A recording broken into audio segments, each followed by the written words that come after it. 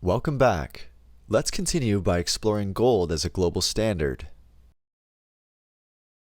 From cows, wheat, and other forms of barter, to mediums of exchange like cowrie shells or glass beads, the world naturally converged on the best form of physical money available, which was gold. This was not chosen by rulers. It was a decentralized, natural occurrence through gold's superior properties. As you'll soon see, gold greatly satisfied the properties of good money, enough for it to become a monetary standard, known as the gold standard for more than 5,000 years. The gold standard. These properties made gold the best private savings tool or store of value available. Gold was scarce. It was hard to increase the supply of. It was durable. It was recognizable and acceptable throughout the world. It was portable, as well as interchangeable and divisible. Gold has been used as a money by various civilizations throughout human history. For example, the Egyptians, Greeks, and Romans valued gold for its scarcity and durability. During the Middle Ages, gold played a significant role as a form of money and as a store of value. The scarcity, durability, and intrinsic value of gold made it highly desirable for economic transactions, wealth preservation, and art. Gold coins were commonly used as a medium of exchange, facilitating commerce, and serving as a symbol of wealth and power. Note that though gold had intrinsic value, this is a reminder that it is not a necessary property for a money to be good over space and time. It was just a nice cherry on top of gold being an excellent money. Gold, however excellent as a money, has flaws. It's an imperfect savings tool or store of value. The reasons are as follows.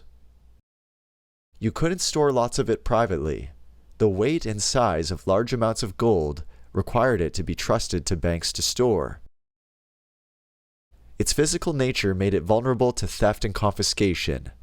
One well-planned war or robbery could be all it took to separate someone from their life savings. New gold reserves are found every year, which add to the total supply by about 2% per year, so it is not a perfectly scarce asset. Today, gold is not something that is readily accessible to the general population, therefore causing greater disparities between the rich and poor. Gold is also an inadequate medium of exchange and unit of account. It obviously lacks portability due to its weight. It's pretty difficult to make into small enough units for low-value transactions. And its weight and storage requirements prevent it from being used for transactions across far distances in a fast manner. Gold resulted in centralized currency networks, such as banks, that created barriers between individuals and their real wealth. Banks would issue IOUs or certificates that promised an amount of gold. This eventually led to the practice of fractional reserve banking. This is the practice of banks only holding a fraction of the wealth you stored with them, while lending the rest out to make yield.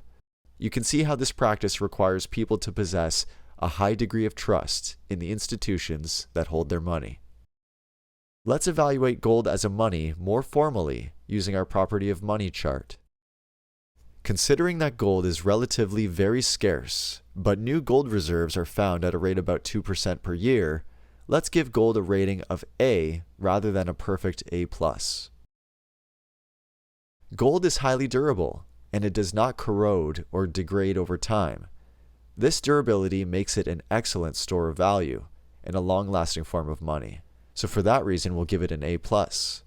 You can see just from here why gold was actually a good money over time. The acceptability of gold has changed throughout history.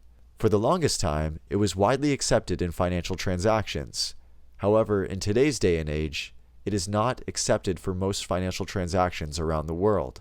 So we'll give it a B to be generous. Where gold succeeded as a money over time, its physical properties didn't allow it to do so well over space. and therefore was unable to be used to scale economies quickly and effectively enough. You can see that although gold is imperfect money, it was still a great improvement over prior evolutions of money, especially in its ability to store value over time. You'll soon see that after gold, each form of money had improvements, but these improvements weren't without trade-offs. To recap, money is a claim on human time and energy. Despite historical events, the best form of money has always been gold. Gold is imperfect money, incentivizing debt and centralized currency networks. And last, humans naturally converged on the best form of money available. This is an important point to consider for emerging forms of money today. You should now be beginning to understand the pros and cons of gold as a global standard. Let's go to our fifth learning goal. We all know that we went from gold bars and coins to currencies that were not redeemable for gold, like the ones we use now. But how did we get here?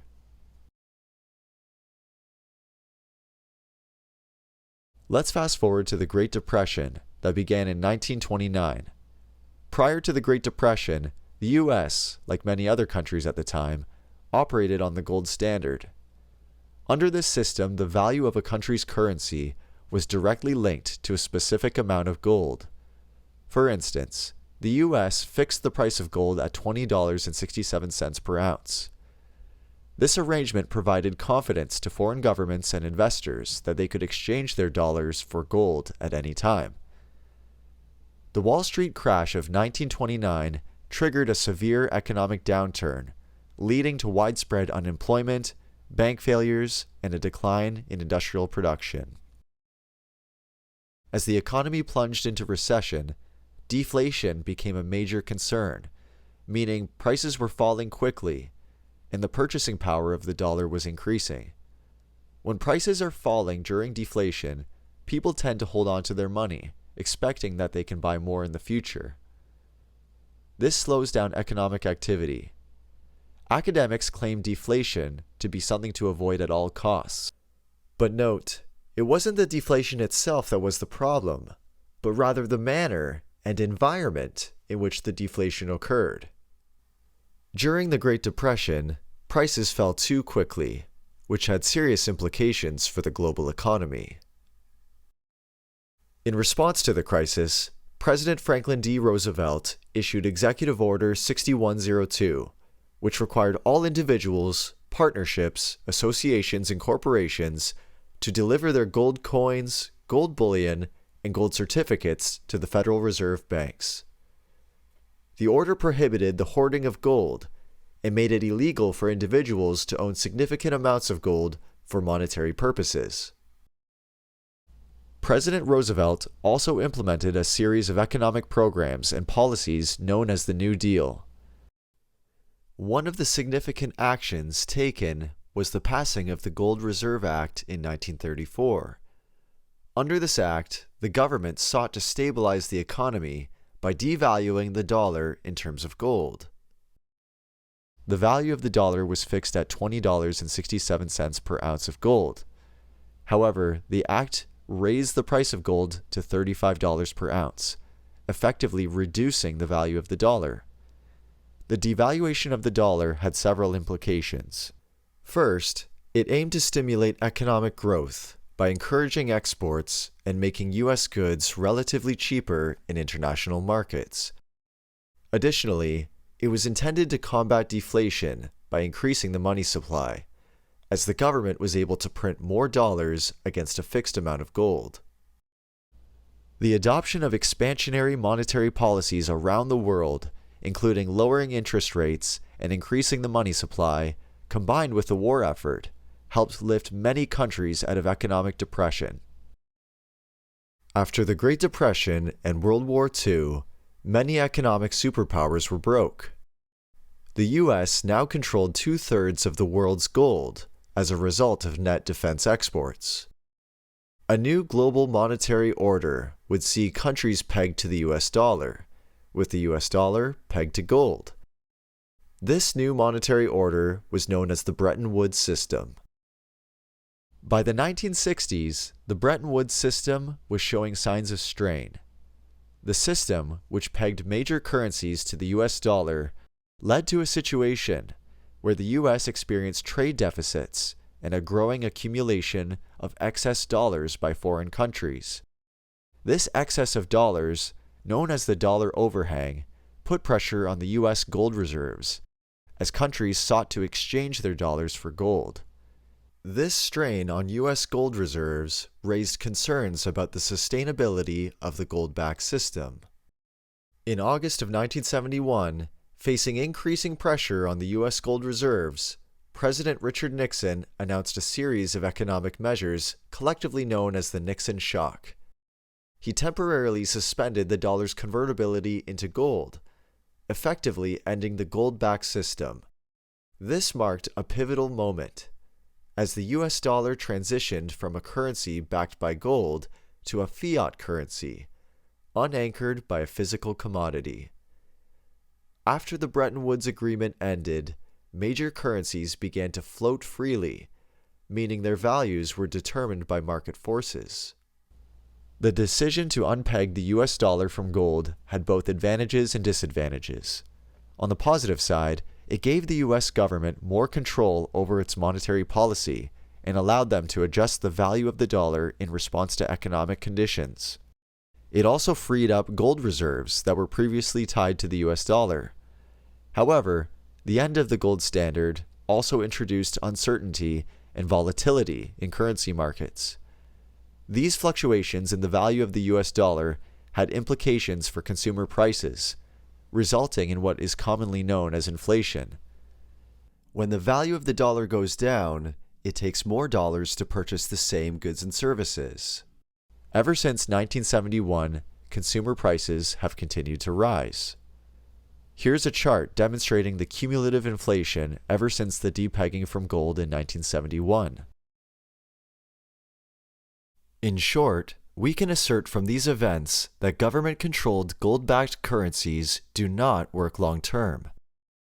Government intervention involves an over-reliance on money printing and debt to fuel and stabilize an economy, which is not possible when a currency is backed by gold. Money printing and an over-reliance on debt leads to inflation, and therefore an inability for the money to store value over time. Hopefully you are beginning to understand why gold-backed currencies are unsustainable in the long run. This brings us to our sixth learning goal. Let's talk about the money we use today.